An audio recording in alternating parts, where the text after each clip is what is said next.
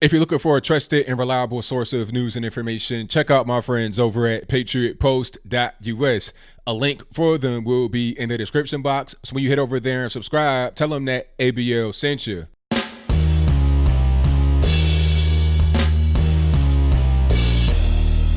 How's everybody doing? My name is Anthony Brian Logan, and today we got to talk about John McCain's widow, Cindy McCain, saying that Trump's GOP is not the party that her and her husband belong to. Now, before I even get into it, I just want to address, I guess, probably the elephant in the room. I'm not the kind of guy that would say I'm glad that John McCain got cancer and died. However, I am glad that he's gone. John McCain and many others in the establishment GOP, your Bush clans, a lot of the other neocons, your Mitt Romneys, a lot of these people represent a time in the Republican Party that many of us don't want to go back to. We don't want to go back to the foreign intervention, endless wars, illegal alien amnesty. We're not really trying to go back to those particular points in time, okay? We are trying to push forward. As conservatives, we don't want to change too much stuff for the most part. We want to keep our values and traditions the same as much as possible. However, there does come a time when change is needed. Okay, first of all, when you have a new president get into office, that party basically becomes their party. I think Cindy McCain described the GOP as Trump's GOP, and others have as well, but that's not a new thing. Because when Bush was in office, it was Bush's GOP. When Reagan was in office, it was Reagan's GOP. That's kind of how that works. Same thing with the Democratic Party. When Barack Obama was in there, it belonged to Barack Obama. Same thing with Slick Willie. That's just kind of how these things work. Now we're in the Trump era, and Cindy McCain apparently is not feeling it too much.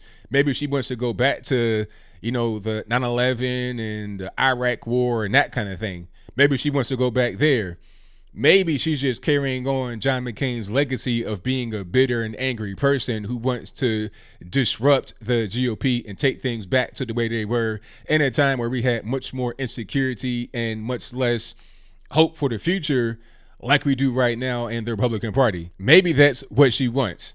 To get back to John McCain, like I said, I'm not going to sit here and be, holding pom-poms, waving them, talking about I'm glad he's dead. However, I am glad that he's gone. I'm glad that he's not in office anymore. I wish he would have retired rather than kicking the bucket. That would have been great for me, because then I could feel good about celebrating him not being around anymore. Now I got to be kind of like having a guilty conscience because it's like, all right, you don't want to celebrate somebody's death because I'm not the kind of guy that would go to the extreme of saying you need to die because I don't like you politically. However, like I said, I am glad that he's gone. John McCain was not a good man. He had cancer for a year or two before he actually passed away, and he died in office. He should have retired long before he passed away. That would have been the right thing to do. He was 81 years old, sick, had a brain tumor that got removed. He went back to Capitol Hill with a scar above his eye. I mean, come on. That was just too much. He couldn't even report to D.C. He was at home, basically in a hospice, surrounded by his family while still being in office. That is a vindictive person. You want to block the Obamacare repeal and replace. What are you really doing? He was not a good man throughout his career, and at the very end, he was not a good man. So when you say Cindy McCain, the party that exists today, as far as the GOP is concerned, is not the same party that you and your husband belong to, that's not a bad thing. That's actually a compliment to me. I think we're on the right track here, quite frankly. Does anybody want to go back to that? Like I said, to kind of backtrack a little bit, conservatives want to keep things the way they are. I'm conservative. You may be as well. You don't want to have too many things change. But at a certain point in time, things must change. They have to. If the GOP were to stay the same way it was before Trump came, do we have a GOP in power right now nationally? I don't really know. Because let's be clear, yes, Trump won, but he had a groundbreaking campaign that reached people from all over the country. I mean, the level of enthusiasm that was felt all over the country was something that I hadn't really seen in a very long time. Probably since the Obama years, the whole hope and change, black president, all this, that, and the third. Right around then was probably the same level of enthusiasm I saw just recently with Donald Trump. Okay, that's what's going on here. If not for that, who do we have in office? Probably Hillary Clinton, because she won a popular vote. Who was as strong as Hillary on the Republican side? I like Ben Carson. I like Ted Cruz to a certain extent. I even liked Rick Perry when he first came out. His campaign kind of faltered, but I digress. Some of the guys over there on the right had a good chance, but would they have been able to defeat Hillary Clinton? I don't know. Would they have been able to excite the voter base all over the country the same way Donald Trump did to get the electoral vote, not even the popular vote, and succeed? It's going to be hard. I mean, look, Hillary Clinton had so much money. I don't think anybody on the right would have been able to raise that kind of money. And if they did, you have to ask yourself, where would the money come from? You're talking about special interest groups, lobbyists that want their particular demands met. Remember, back a few months ago, there was about to be an Iran strike. Allegedly, there were boats in the water and planes in the air. And Trump says, we're not going to do that. We're not going to bomb Iran. We're not going to strike these people and kill them. What if it were not Donald Trump in there? What if it were Ted Cruz? Does he do that? I don't know. I don't take Ted Cruz as being an interventionist, but in that situation, what do you do? How about Hillary Clinton? What did she do? She said that she would have invaded Iran in 2008 if she were to become elected. So what did she do right there? You see what I'm saying? So I think the change in the Republican Party was needed. Now, maybe Cindy McCain wants things to be, like a familiar experience to her. One thing she said I kind of almost agree with is that you can't have a conversation anymore. Everything's about Twitter insults, this, that, and the third. Well, yes, I mean, the Twitter insults are there.